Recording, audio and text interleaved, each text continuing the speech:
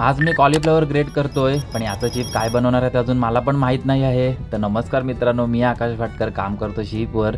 तर चीप आज बनवणार आहेत कर्ड राईस, त्यासोबत कटलेट पण बनवायचं आहे, म्हणून मी व्हेजिटेबल ग्रेट करतोय.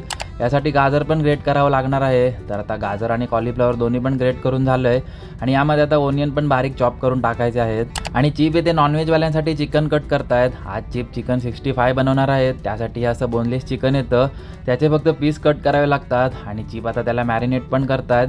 तर कर्ड राईसचा राईस आता रेडी झाला आहे. चीप आता त्यामध्ये दही मिक्स करतायत. हे दही मिक्स करून झाल्यानंतर 1-1.5 तास ठेवावा लागतो राईस, मगच राईसमध्ये चांगलं दही मिक्स होतं. आणि माझी ते सकाळच कांदा चिरून चिरून हालत खराब झाली आहे. कांदा चिरताना चांगलीच झोप उडते. तर आता माझं सर्व कटिंग झालं आहे. यामध्ये आता बटाटे पण टाकायचे आहेत आणि चीप आता कटलेट बनवायला सुरुवात करतायत.